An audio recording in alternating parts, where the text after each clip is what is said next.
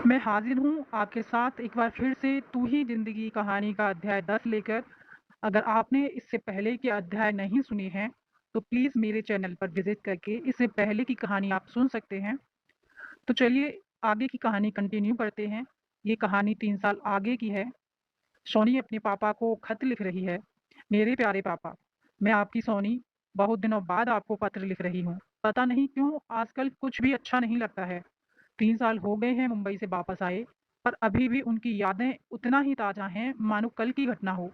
पापा, दादी चली गई हैं हमें छोड़कर और अब ज़रूर आपके पास होंगी। पर हम बहुत अकेले हो गए हैं पापा। माँ भी रिटायर हो गई हैं और मुझे एक नौकरी की सख्त ज़रूरत है। पर आपको पता है ना, मैंने अपनी पढ़ाई पूरी नहीं की थी, तो नौकरी कैसी मिल सकती है? जब नौकरी के लिए इंटरव्यू में जाती हूँ, तो सब यही पूछते हैं कि मैंने पढ़ाई क्यों अधूरी छोड़ी? पर मैं उन्हें क्या जवाब दूँ कि मैं एक पागल लड़की थी, जिसने एक झूठे के आस के पीछे सब कुछ गँवा दिया। मैं क्यों नहीं समझ पाई थी कि सिर्फ़ मुझसे प्यार नहीं करता था। उसने ऐसा कुछ कहा या संकेत किया ही नहीं और मैं उसकी तरफ से ख्वाब देखती रही। मैं जब यहाँ आई तो सोचा था शायद सिर्फ़ मनाने आएगा, कहेगा शिल्पा अपनी पढ़ाई मत छोड़ो, या कहेगा मैं समझ चुका हूँ मेरी गलती है, या कहेगा मैं अपनी मम्मा को दुखी नहीं देख सकता, मैं तुमसे शादी करने को तैयार हूँ। और फिर मैं उसके साथ मुंबई वापस जाकर अपनी स्टडी पूरी करूँगी और आंटी के पास रहूँगी। पर ऐसा तो कुछ नहीं हुआ। हाँ, मुझे सच्चाई पता चला, पर वो भी काफ़ी दिनों बाद। जब सिद्धांत घर लौटकर आया तो उसने आंटी से इतना ही कहा था कि वह किसी और से प्यार करता है, इसलिए वह मुझसे शादी नहीं कर सकता। और उसने उस लड़की का नाम नहीं बताया था। पापा, मैं सोचती हूँ वह कौन हो सकती है? कितनी भी याद करूँ पर ऐसी कोई लड़की याद नहीं आती जिसे मैं सिद्धांत के लिए साथ देखा था, क्योंकि वह तो हरदम ही ढेर सारी लड़कियों से घिरा रहता था। शायद अरमान को पता होगा, क्योंकि वह उसका जिगरी दोस्त जो था।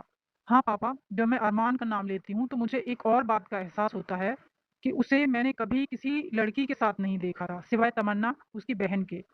पर वह मुझे अपने साथ चाहता था। मेरे लिए वह सिद्ध के घर आता और जब क्लास में वह प्रवेश करता तो उसकी नज़रें मुझे ही ढूंढती थी और मेरी तरफ निगाह पड़ते ही उसकी आंखें चमक उठती थी। उसकी नीली समंदर जैसी आंखों में मैं खुशियों को जितनी लहरें उछाल मारती रहती थी। पापा, मैं क्यों अरमान की बातें कर रही हूँ, जबकि मेरा उससे कोई रिश्ता ही नहीं। पापा, जब मैं छोटी थी तो कोई भी सवाल मेरे दिमाग में आता तो आप तुरंत उसका हल कर देते थे। तो क्या पापा आज भी आपको अपनी सोनी के इस सवाल को सुलझाकर उसे समझा सकते हैं कि मैं जब भी आंखें बंद करती हूँ तो मुझे कभी भी सिद्धांत क्यों नजर नहीं आता? क्यों अरमान का वो उदास चेहरा, वो सूनी आंखें याद आती हैं जो मैंने उसे दुत्कारने के बाद देखा था? क्यों मुझे लगता है कि सिद्ध के साथ मेरा कोई रिश्ता था ही नहीं? मैंने क्यों सिद्ध का नंबर अपनी मोबाइल से मिटा दिया पर अरमान का नहीं कर पाई? क्यों मैं बार बार अरमान के नाम को अपने मोबाइल में देखती हूँ? उसने मेरे आने के बाद मुझे जो अनगिनत मैसेज किए और कॉल किए थे और मैंने उसका कोई भी जवाब नहीं दिया था। मैं क्यों उसे अभी भी देखती हूँ? क्यों मैं उसके मैसेज को डिलीट नहीं कर पाई? उसके हर मैसेज में उसने सिर्फ इतना ही लिखा था, पापा, शिल्पा आई एम सॉरी। बस इसी मैसेज को मैं क्यों बार-बार पढ़ती हूँ? पापा, उसने मुझे लगभग 1 महीने तक मैसेज किया था और मैं तब इतना दुखी थी और उनके सबके लिए अरमान को ही ज़िम्मेदार मानते हुए उसके मैसेज पढ़ती ही नहीं थी। पर अब मुझे उसके वो थोड़े से शब्द ही इतने प्यारे क्यों लगते हैं? अब ऐसा एहसास क्यों होता है कि मैंने उसके साथ गलत किया था? क्या वो फिर से अपनी पुरानी दुनिया में चला गया, जहाँ सिर्फ नशे में डूबकर वो सारी दुनिया का गम भुला देता था? कैसा है, कहाँ है वो? पापा, मुस्कान ने मुझे इतना ज़रूर बताया था कि मेरे वहाँ के आने के बाद तक अरमान रोज़ कॉलेज आता था, पर एक बड़ा गुमसुम रहता था। फिर उसने आना बंद कर दिया और कभी नहीं आया। हाँ, तमन्ना आती थी, उसने अपनी स्टडी पूरी की, पर मुस्कान या सपना की हिम्मत ही नहीं उससे पूछने की कि अरमान कहाँ है। वैसे भी तमन्ना भी अब किसी से बात नहीं करती थी, बस क्लास करती और वापस चली जाती थी। हाँ, लगभग 2 महीने के बाद सिद्धांत वापस आ गया था और वह भी अब किसी से बात नहीं करता था। ये तो पर ये सब क्या मेरी वजह से हुआ? क्या मैंने गलत किया था? क्या इन सब की ज़िम्मेदार मैं हूँ? पर पापा, मुझे तो लगा था मैं सही हूँ। आपने और बलविंदर अंकल ने जो रिश्ते में मुझे और सिद को बांधा था, मैंने उसे निभाने की कोशिश की थी। क्या वह गलत था? अब मुझे ना कुछ समझ आता है और ना ही उन चीज़ों को याद करना चाहती हूँ। मैं बस इतना चाहती हूँ कि अरमान जहाँ भी रहे, खुश रहे और उसे वो मिल जाए जो उसे प्यार की एक खूबसूरत दुनिया, उसकी सारी तकलीफें, सारा दर्द भुला दे। आपकी सोनी। शिल्पा ने डायरी बंद की और अपने मोबाइल से खेलने लगी। वह उन ख्यालों में खोई हुई थी जो उसने मुंबई में बिताए थे, पर वह इस बात से इनकार नहीं कर सकती थी कि उसका अब जिंदगी को देखने का नजरिया बिल्कुल बदल चुका है। उसे अब लगता है कि वह अपनी नादानी थी। जो उसे लगता था सिद्ध शायद उसे चाहता है। पसंद करने और चाहने में और चाहकर जीवन साथ बनाने में बहुत ज़्यादा अंतर होता है। यह बात वह भली भांति समझ चुकी थी। और अब तो उसे यह भी लगता था कि वह सिद्ध को सिर्फ पसंद करती थी क्योंकि उसके जीवन में आने वाला पहला लड़का वही था। और जब उसने विवाह की बात उसे पता चली तो उसे लगा वह सिद्ध से प्यार करती है। अगर ऐसा होता तो उसे अब तक सिद्ध नहीं, अरमान क्यों याद आता? क्यों उसे अरमान की फिक्र होती? क्यों उसे अरमान का दर्द से गुजरता चेहरा बार बार याद आता? उसने अपनी एल्बम निकाली और फोटो देखने लगी। अरमान के साथ प्ले में हीर रांझा का फोटो, अरमान के साथ उसके जन्मदिन में डांस करते हुए फोटो, अरमान का मुस्कुराता सा चेहरा। उसे याद आया वह यहाँ आने से पहले अंतिम बार कॉलेज गई थी अपने दोस्तों से मिलने। उस दिन कॉलेज में कोई म्यूजिक प्रोग्राम था और अरमान ने हिस्सा लिया था। उसे पता चला तो वह वापस आना चाहती थी, पर मुस्कान और सपना ने खींचकर ऑडिटोरियम ले गई थी क्योंकि मुस्कान वहां गाना गाने वाली थी। वह मुस्कान का गाना सुनने के बाद कुछ जरूरी काम का बहाना देकर उठ गई थी और बाहर गेट की तरफ चल पड़ी थी। तभी उसके कदम रुक गए थे, किसी के गाने की आवाज़ सुनकर। अरमान इतना दर्द भरा सुरीली आवाज़ में अरमान का ही हो सकता था। उसने मुड़कर देखा, अरमान ही था, स्टेज पर जो गा रहा था। पल भर के लिए रुक गई थी, या कहो उसके कदम आगे बढ़ने से मना कर रहे थे। उसने उसको रुकता देखकर अरमान की आंखें चमक उठी थी। उसे देखकर और वह मुस्कुराता हुआ उदास स्वर में गा उठा था। शिल्पा को याद है उसने इतना ही सुना और हॉल से बाहर निकल गई थी। और अगले दिन वह आशा आंटी से माफी मांगते हुए सीढ़ी की ओर रवाना हो गई थी। क्या वह अरमान से डर गई थी? क्या उसे लगा था कि वह न मिलने पर अरमान कोई हंगामा खड़ा करेगा? पर अरमान ने तो ऐसा कुछ नहीं किया था। वह बस कॉल करता था, वो भी मिस कॉल। इसका अर्थ यही था कि अगर शिल्पा का दिल करे तो वह उसे वापस कॉल करे। और जब शिल्पा ने कॉल नहीं किया तो अरमान ने सिर्फ सॉरी मैसेज भेजता रहा और एक दिन वो भी बंद कर दी। शिल्पा को अच्छी तरह याद है जिस दिन अरमान का मैसेज आना बंद हो गया, उसने कितनी बार मोबाइल चेक की थी। सारे दिन करती रही, पर अरमान का कोई मैसेज नहीं आया था। शिल्पा को पता नहीं क्यों कुछ अजीब सा एहसास हो रहा था, मानो कोई अपना उससे दूर चला गया हो, उससे रूठ गया हो। उसके बाद कई दिनों तक वह अरमान के मैसेज का इंतजार करती रही, पर कुछ नहीं आया। उसके बाद से आज तक तो वह अरमान के पुराने मैसेज को ही कई कई बार देखती रहती है। पर क्यों? शिल्पा ने मुंबई छोड़ा था, पर सपना और मुस्कान के साथ संपर्क था। वो दोनों शिल्पा के इस तरह कॉलेज छोड़ने और पढ़ाई पूरी न करने पर बहुत दुखी थी। वह बार बार यही विनती कर रही थी कि वह कम से कम अपनी पढ़ाई पूरी कर ले, पर शिल्पा ने कहा था वह वापस नहीं आएगी। और वो दोनों जानती थी कि शिल्पा बहुत जिद्दी है, वह किसी की नहीं सुनेगी। उन्हें अरमान सिद्ध के बारे में तो सब पता चल चुका था, पर दोनों को लगता था शिल्पा गलत है। सिद्ध के साथ बचपन में विवाह गुड़िया गुड्डा के खेल जैसा था और उस बात को तूल देना गलत है। पर वे शिल्पा को ये सब कहकर और दुखी नहीं करना चाहती थी, इसलिए उन्होंने कुछ नहीं कहा था। पर शिल्पा को जब अरमान का मैसेज आना बंद हो गया और उसने मुस्कान से पूछा कि अरमान कैसा है, तो उसने गुस्से से उत्तर दिया था, तुझे अरमान की कब से चिंता होने लगी? रहने दे उसे उसकी हालत पर। तू उसे नहीं मिलेगी तो वह मर नहीं जाएगा वो। उसके बाद शिल्पा ने कभी भी अरमान का जिक्र नहीं किया था। बाद में मुस्कान ने सॉरी कहते हुए कहा था कि अरमान कॉलेज छोड़कर जा चुका है और उसके बारे में किसी को नहीं पता। शिल्पा की आंखें भर आईं। वह बेड पर लेटे हुए अपनी आंख बंद कर ली, पर तब भी उसे चैन नहीं मिला। आंखें बंद करते ही वही अरमान का चेहरा, उदास सा, जो शायद कोई गीत गुनगुना रहा था। शिल्पा झट से उठी और वॉशरूम में जाकर अपने चेहरे को पानी से झटका देने लगी। ये उसे क्या हो रहा है? वह अरमान को भूल क्यों नहीं पाती? नहीं, उसे अरमान को भूलना होगा और इसके लिए उसे खुद को व्यस्त करना होगा। उसके लिए जल्दी कोई नौकरी ढूंढनी होगी। तभी उसका मोबाइल रिंग हो उठा। उसने देखा सपना थी। फ़ोन उठाते ही सपना वही आवाज़ सुनाई दी, हेलो प्रिंसेस, किसके ख़्यालों में गुम हो? शिल्पा ने मुस्कुराते हुए जवाब दिया, अपने भविष्य के ख़्यालों में। अच्छा बता, अमित जीजू कैसे हैं? संजू, सपना अमित का बेटा, कैसा है? कब मिलने आ रही है? सपना ने नाराज़गी भरे स्वर में कहा, सब ठीक है, पर मैं ही क्यों मिलने आऊँ? तू नहीं आ सकती? शिल्पा थोड़ी चुप रही, फिर कुछ बोलने ही वाली थी कि सपना बोल पड़ी, अच्छा सुन, मुझे तेरा वो बहाना नहीं सुनना। तुझे अब मुंबई आना पड़ेगा। शिल्पा आपत्ति जताते हुए बोली, पर तू जानती है सपना, मैं क्यों नहीं आना चाहती। सपना, हाँ, तेरा डर था कि अरमान से कहीं मुलाकात ना हो जाए। तो आज 3 साल हो गए हैं, अरमान यहाँ नहीं रहता, क्योंकि अगर रहता तो कभी न कभी मिलता ही। मैं एक बार उनके घर की तरफ गई थी, पर वहाँ कोई और रहते हैं शायद। उन्होंने बेच दिया होगा अपना मकान। और रही बात सिद्धांत की, तो वो खुद तुझसे मिलना नहीं चाहेगा। तो तुझे अब क्या प्रॉब्लम है? शिल्पा उदासी के साथ बोली, पर मुंबई के साथ बहुत सारी यादें जुड़ी हैं। सपना, जो मैं कभी भूलना नहीं चाहती। सपना, हाँ, पर सच बता शिल्पू, तू क्या सिडनी में रहकर भी उन यादों को भूल पाई है? अगर भूल पाती तो आज तू किसी और का अपना जीवन साथी चुनने के साथ खुश रहती। शिल्पा चुप थी। सपना, सुन, ये सब बेकार की बातें छोड़।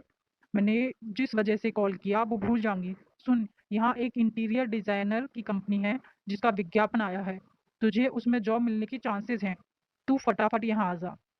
शिल्पा आश्चर्य के साथ पूछी, मेरे चांसेस कैसे सपना? मैंने तो अपनी स्टडी कंप्लीट ही नहीं की थी, और आज जिसकी वजह से इतना प्रॉब्लम हो रहा है।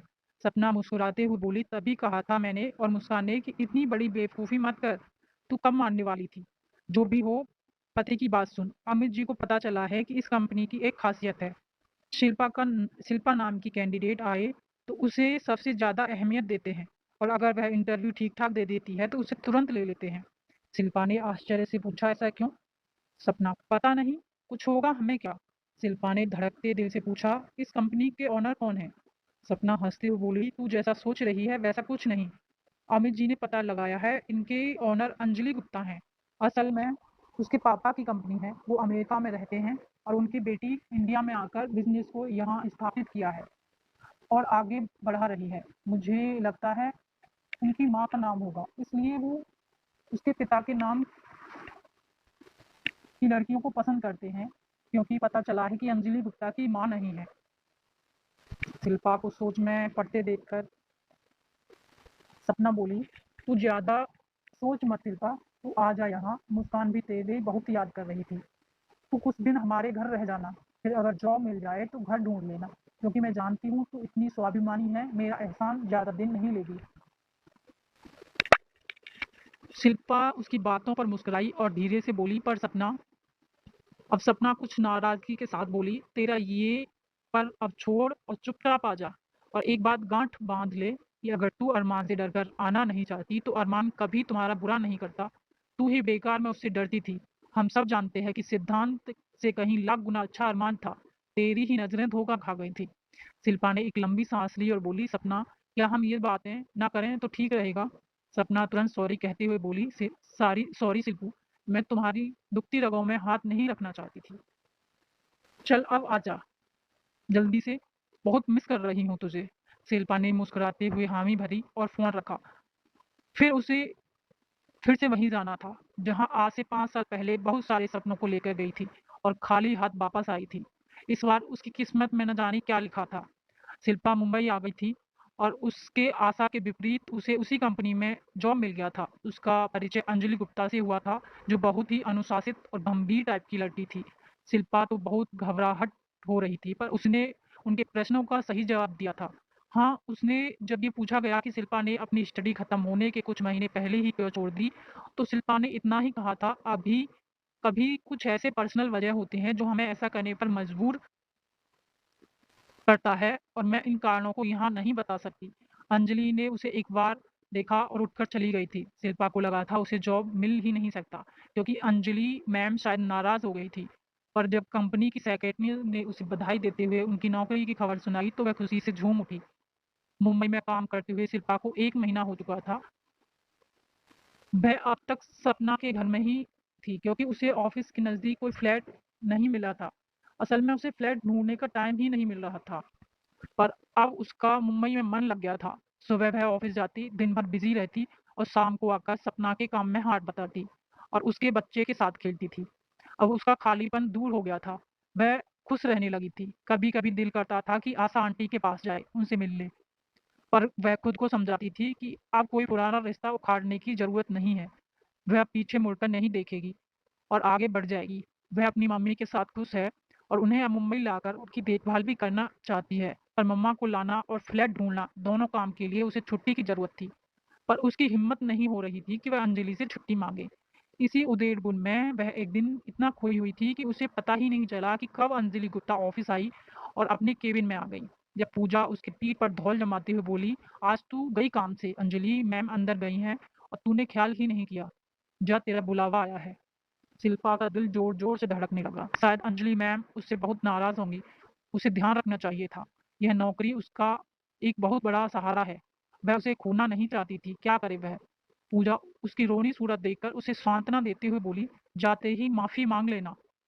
पहली गलती है वह माफ कर देंगी, पर इसके बाद ऐसा कभी मत करना। शिल्पा सिर हिलाते हुए अंदर गई और केबिन के दरवाजे पर ही खड़ी रही क्योंकि अंजलि फोन पर बिजी थी और शिल्पा उसे डिस्टर्ब नहीं करना चाहती थी। थोड़ी ही देर के बाद उसे अंजलि की आवाज़ सुनाई दी, अंदर आइए मिस शिल्पा। वहाँ कब तक खड़ी रहेंगी? शिल्पा सहमते हुए अंदर आई और सॉरी कहने ही जा रही थी कि अंजलि कह उठी, शायद कोई बहुत बड़ा टेंशन है ना मिस शिल्पा? शिल्पा की आंखें अनायास ही भर आई।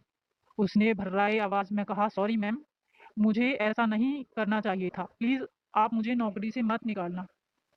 अंजलि ने उसे अचंभे से देखते हुए बोली, अरे आप रो क्यों रही हैं? आप पहले बैठिए और पानी लीजिए। उसने पानी का गिलास शिल्पा की ओर बढ़ाया।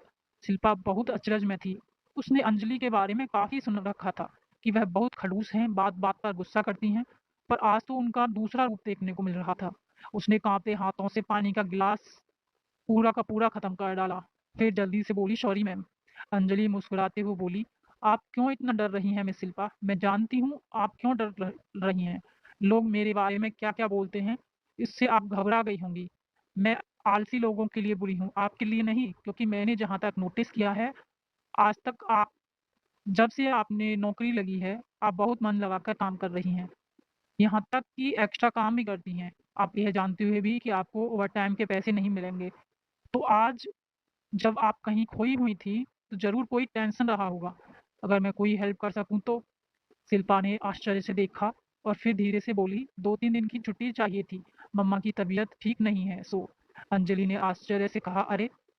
तो आपको पहले कहना चाहिए था ना। चलिए 1 हफ्ते की छुट्टी लीजिए और अपनी माँ के पास रहिए और उन्हें अच्छे डॉक्टर को दिखाइए। शिल्पा उसकी बातें सुनकर चौंक कर उसे देख रही थी। अंजलि मुस्कुराते हुए बोली, अब क्या हुआ? मैंने सच में आपकी छुट्टी मंजूर की है। शिल्पा को और कुछ पूछना या कहना उचित नहीं लगा। वह उठ खड़ी हुई और थैंक्स कहकर जाने ही वाली थी कि अंजलि ने पूछा, मिस शिल्पा, आपको फ्लैट मिला? शिल्पा उसे चौंक कर देखते हुए बोली, मैम, आपको कैसे पता? अंजलि ने एक गंभीर मुस्कान के साथ जवाब दिया, मुझे अपने स्टाफ के बारे में हर चीज़ का पता रहता है। जो भी हो, मैं जानती हूँ यहाँ मुंबई में अच्छा फ्लैट मिलना बहुत मुश्किल है। तो मैं आपके बारे में ही सोच रही थी कि एक लड़की अपनी माँ को लेकर कैसे इस अनजान शहर में रहेगी। तभी ख्याल आया कि मेरा 3 कमरे का फ्लैट खाली पड़ा है। थोड़ा दूर है, पर रहने का टेंशन आपका खत्म होगा। शिल्पा थोड़े धीरे स्वर में बोली, सॉरी मैडम, मैं 1 कमरे के फ्लैट का किराया ही मुश्किल से दे सकती हूँ। अंजलि इतना सुनते ही ज़ोर से हँस पड़ी और बोली, मुझे किराया नहीं चाहिए मिस शिल्पा। मुझे लगा कोई वहाँ रहे तो कम से कम उसकी देखभाल तो हो जाएगी। सो कहा, अब आपको दूसरा फ्लैट मिल जाए तो आप चेंज कर सकती हैं। शिल्पा का मन खुशी से झूम उठा। वह खुशी स्वरे भरे स्वर में बोली, आप बहुत अच्छी हैं मैम, थैंक यू। मैं आपका फ्लैट बहुत अच्छे से रखूंगी। आपको कोई शिकायत नहीं होगी। Thank you ma'am. अंजलि हंसती हुई बोली, ओके बस, अब आप मम्मी को लेकर आइए और ये लीजिए फ्लैट की चाबी। वह दराज से चाबी निकाली और शिल्पा को देते हुए बोली, और हाँ, एक बात ध्यान रखिएगा, इस बात का पता यहाँ किसी को न चल पाए। आप बहुत भोली हैं, प्लीज़ किसी से शेयर मत कीजिएगा क्योंकि लोगों का काम है ईर्ष्या करना। शिल्पा सर हिलाती ही और खुशी से झूमती हुई चली गई। उसके जाने के बाद अंजलि मोबाइल में किसी का नंबर मिलाई और तुरंत उधर से आवाज़ आई, थैंक यू अंजलि, मैं तुम्हारा एहसान कभी नहीं भूलूंगा। अंजलि हंसते हुए बोली, रुक, तुझे 2 मुक्के लगाऊंगी मिलने पर। दोस्त कभी दोस्त का एहसान नहीं करता, यही कहा था ना तूने? पर यार, सच कहूँ, मुझे ही इस लड़की से प्यार होने लगा है। तुझे क्यों ना हो? उधर से एक उदास स्वर सुनाई दिया, वह मुझसे नफरत करती है। अंजलि ने मुस्कुराकर जवाब दिया, कभी कभी इंसान का नफरत भी कब प्यार में बदल जाता है उसे खुद नहीं पता चलता। जब उसे पता चलेगा कि तुरंत किसी ने उसका विरोध करते हुए कहा, नहीं अंजलि, नहीं, प्लीज़ कभी उसे मत बताना ये बात। उसे किसी का एहसान नहीं चाहिए और ख़ासकर मेरा तो बिल्कुल नहीं। जिस दिन पता चला तो एक पल भी ज़ाया नहीं करेगी नौकरी छोड़ने में। और आज जो मैं उसे एक नज़र देख पाता हूँ, वो खुशी भी मुझसे दूर हो जाएगी। उसे पता चलते ही वह फिर से चली जाएगी मुंबई और शिरडी, कहीं और भी दूर, या मैं उस तक पहुँच ही ना पाऊँ। तो ये था कहानी का भाग 10। आपको कैसा लगा प्लीज़ कमेंट करके ज़रूर बताइएगा। कभी-कभी थोड़ा प्रॉब्लम हो जाती है, अगर कोई आपको ऐसा लगे कि कोई मिस्टेक हो रही है तो प्लीज़ इग्नोर करिएगा और बताइएगा कि कहानी अच्छी है, पसंद आई कि नहीं आई आपको। और इस कहानी को मैं आगे भी कंटिन्यू करना चाहूँगी। इससे आगे का भाग मैं जल्दी ही आपके साथ शेयर करूँगी। तो कहानी सुनने के लिए आपका बहुत-बहुत धन्यवाद।